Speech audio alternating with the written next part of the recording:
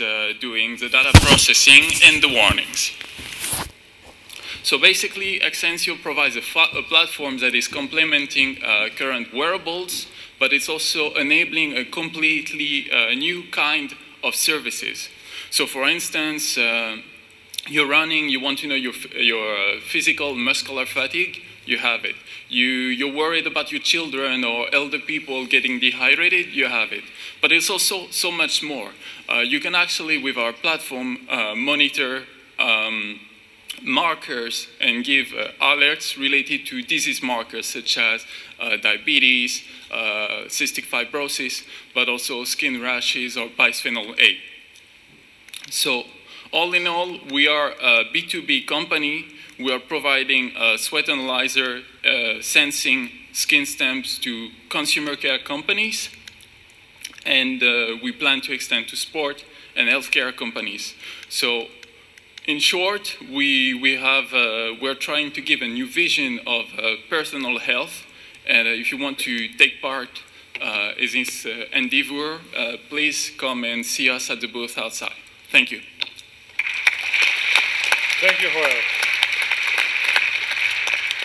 Please. So the patent landscape in this space is very crowded already, right? So what does your IP teach that others have not yet?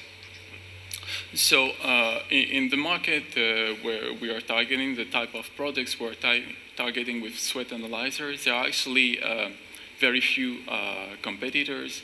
There are, let's say, 4 competitors that are using traditional sensing technologies, typical electrochemistry. For us, we have a new sensing technology, the FinFET biosensor platform, that has a sensitivity that is 1 million times higher. We go down to attomolar concentration instead of picomolar concentration. So this technological advantage gives us a wider potential of application in terms of detection of biomarkers. I think you're in an industry where basically what's going to make the difference is purely marketing. So you show some of the segments of your potential customers. Is there anyone with whom you've already started working? So we've already started to discuss partnerships with cosmetic care companies, also food companies. So it's a very peculiar segment where they're interested in our capability to monitor the effect, for instance, of cosmetic and so on. And we also have discussion, we'll say further term based on dehydration. So companies that are interested to monitor dehydration and of people. So I can't give exactly the name of the company yet. Claude?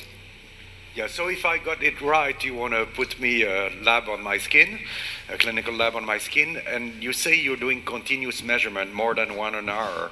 So my first question is, what's more than an hour? And the second idea is, what is really the benefit of doing continuous physiology monitoring? We know we did the Holter in cardiology, we did in EEG or things like that. What's the intention to have a longitudinal physiology monitoring the lab on my skin?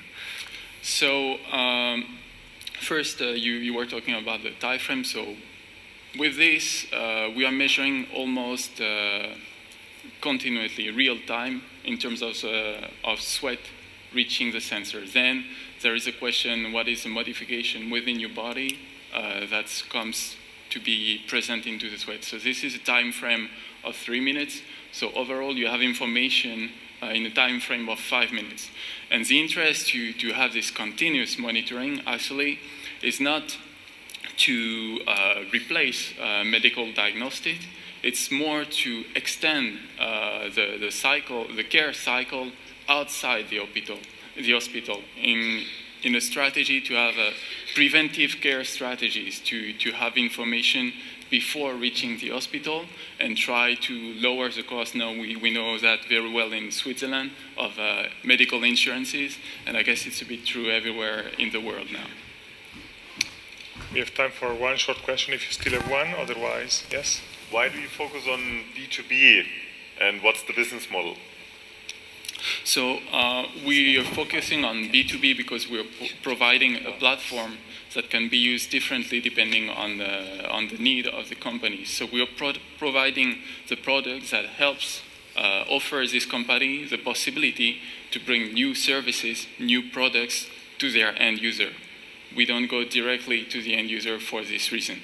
So, and as I mentioned earlier, you have different segments of markets. One is a consumer care, the second is sport, and the third one is health that we plan to access in the long term.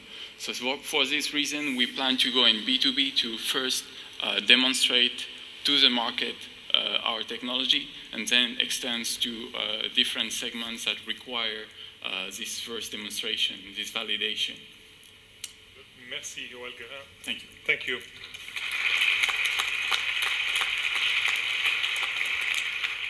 Finalist number 5.